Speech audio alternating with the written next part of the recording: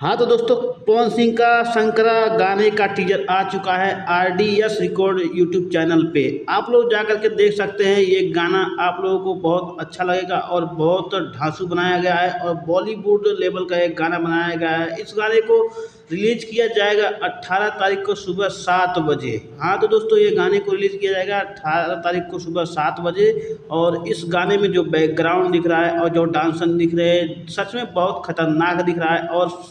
और बॉलीवुड लेवल का ये क्या नाम है, कोई आचार्य जी हैं, इनका नाम भूल गए हम, लेकिन बहुत धांसू गाना बनाती हैं। ये गाना तो रिकॉर्ड तोड़ने वाला है और बहुत लोग देख के सदमे में आने वाले हैं। तो आप लोग को बता दूं, पवन सिंह का नया गाना अभी बहुत चर्चे में चल रहा है, ये शंकरा गाना।